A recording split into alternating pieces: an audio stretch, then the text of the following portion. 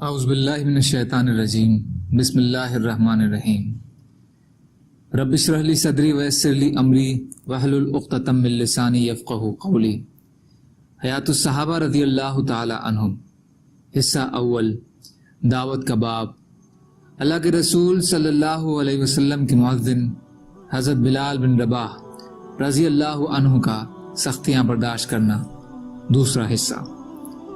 حضرت عروہ رضی اللہ تعالیٰ عنہ فرماتے ہیں کہ ورقہ بن نوفل حضرت بلال رضی اللہ عنہ کے پاس سے گزرتے اور مشرک انہیں تکلیف پہنچا رہے ہوتے اور حضرت بلال عہد کر رہے ہوتے، یعنی معبود ایک ہی ہے، تو ورقہ کہتے واقعی معبود ایک ہی ہے اے بلال، وہ معبود اللہ ہے۔ پھر ورقہ بن نوفل امیہ بن خلف کی طرف متوجہ ہوتے جو کہ حضرت بلال کو تکلیفیں پہنچا رہا ہوتا، تو ورقہ کہتے میں اللہ کی قسم کھا کر کہتا ہوں اگر تم نے اسے قتل کر دیا تو میں ان کی قبر کو برکت اور رحمتیں خداوندی کی جگہ بناؤں گا۔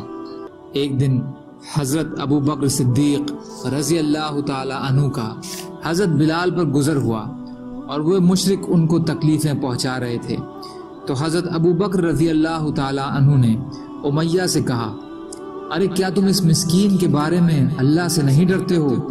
کب تک ان کو یوں ہی سزا دیتے رہو گے؟ امیہ نے کہا، تم نے ہی تو ان کو بگاڑا ہے، اب تم ہی ان کو ان تکلیفوں سے چھڑاؤ۔ حضرت ابو بکر رضی اللہ تعالیٰ عنہ نے کہا، اچھا میں انہیں چھڑانے کے لیے تیار ہوں، میرے پاس ایک کالا غلام ہے جو ان سے زیادہ مضبوط اور طاقتور ہے اور وہ تمہارے دین پر ہے، وہ غلام تمہیں حضرت بلال کے بدلے میں دیتا ہوں۔ امیہ نے کہا، مجھے قبول ہے۔ حضرت ابو بکر نے کہا، وہ میں نے تمہیں دے دیا۔ حضرت ابو بکر نے اپنا غلام دے کر حضرت بلال کو لے لیا اور انہیں آزاد کر دیا۔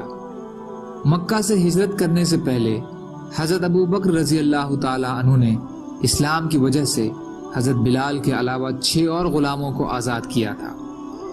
یہ حدیث ہلیہ حصہ 1 پیج نمبر 148 پر ہے۔ ابن اسحاق سے اس روایت میں یہ بھی ہے کہ جب دوپہر کی تیز گرمی ہو جاتی تو امیہ حضرت بلال رضی اللہ عنہ کو لے کر باہر نکلتا اور مکہ کی پتھریلی زمین پر ان کو کمر کے بل لٹا دیتا، پھر وہ کہتا کہ ایک بڑا پتھر ان کے سینے پر رکھ دو، اس لیے ایک بڑا پتھر ان کے سینے پر رکھ دیا جاتا۔ پھر حضرت بلال رضی اللہ عنہ سے کہتا، تم ایسے ہی تکلیفوں میں پڑے رہو گے یہاں تک کہ یا تو تم مر جاؤ یا محمد کا انکار کر کے لات عزا کی عبادت شروع کر دو صلی اللہ علیہ وسلم۔ لیکن حضرت بلال ان تمام تکلیفوں کے باوجود عہد کہتے رہتے کہ معبود تو صرف ایک ہی ہے۔ حضرت عمار بن یاسر رضی اللہ تعالیٰ عنہ نے یہ کچھ شعر کہے جن میں انہوں نے حضرت بلال اور ان کے ساتھیوں کی تکلیفیں اٹھانے اور حضرت ابو بکر رضی اللہ عنہ کے حضرت بلال کو آزاد کرنے کا ذکر کیا ہے۔ ابو بکر رضی اللہ عنہ کا لقب عتیق تھا، یعنی دوزخ سے آزاد۔ حضور صلی اللہ علیہ وسلم نے ان کو یہ لقب دیا تھا یا ان کی ماں نے ان کا یہ نام رکھا تھا۔ اللہ حضرت بلال اور ان کے ساتھیوں کی طرف سے عتیق کو بھلا بدلہ عطا فرمائے اور فاقے اور ابو جہل کو رسوا کرے۔ میں اس شام کو نہیں بھولوں گا جس شام کو یہ دونوں حضرت بلال کو سخت تکلیف دینا چاہتے تھے، اور عقل مند آدمی جس تکلیف دینے سے بچتا ہے یہ دونوں اس سے بچنا نہیں چاہتے تھے۔ وہ دونوں حضرت بلال کو اس وجہ سے تکلیفیں دینا چاہتے تھے کیونکہ حضرت بلال لوگوں کو ایک خدا مانتے تھے اور کہتے تھے کہ میں گواہی دیتا ہوں کہ اللہ میرا رب ہے اور میں اس پر میرا دل مطمئن ہے، اگر یہ مجھے مارنا چاہتے ہیں تو ضرور مار دیں، میں قتل کے ڈر سے رحمان کے ساتھ کسی کو شریک نہیں کر سکتا۔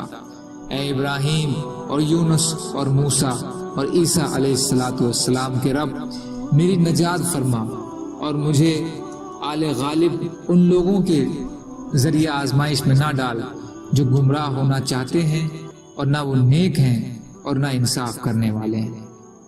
یہ حدیث ہلیہ حصہ 1 پیج نمبر 148 پر ہے۔ سبحان اللہ و بحمدہ، سبحانک اللہم و بحمدک، اشہد ان لا الہ الا انت، استغفرک و اتوب الیک۔ سبحانک ربک عزت عما یصفون وسلام علی المرسلین والحمد للہ رب العالمین برحمتک یا ارحم الراحمین لا الہ الا اللہ محمد رسول اللہ